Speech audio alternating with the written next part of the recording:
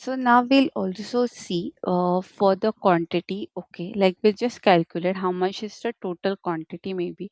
So it is only going to, like, it is going to add up values from this one particular column, whatever column we are selecting.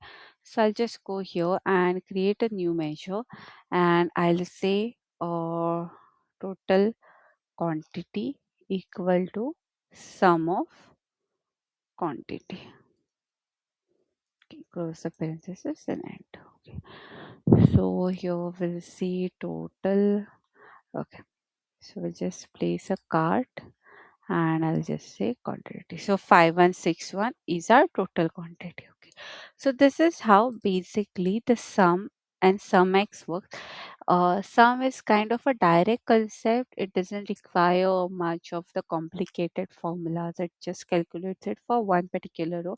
And sum x, it is also quite simple, but just a little bit more, understanding or practice.